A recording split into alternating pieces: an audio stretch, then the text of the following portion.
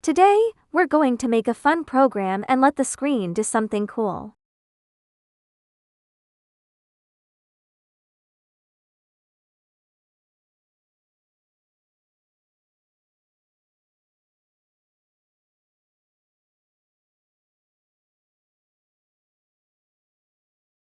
This program shows how the LED matrix on the micro bit can display messages and animations.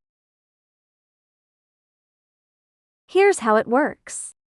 First, the micro bit shows the message "Hello, micro" bit on the screen. After that, it waits for a short time so we can read the words clearly. Next, the program shows a heart animation.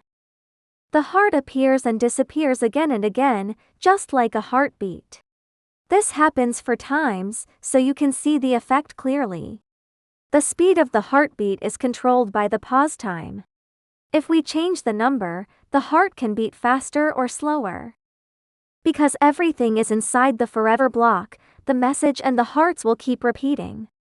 Now let's run the program and watch the message scroll and the heartbeat on the screen.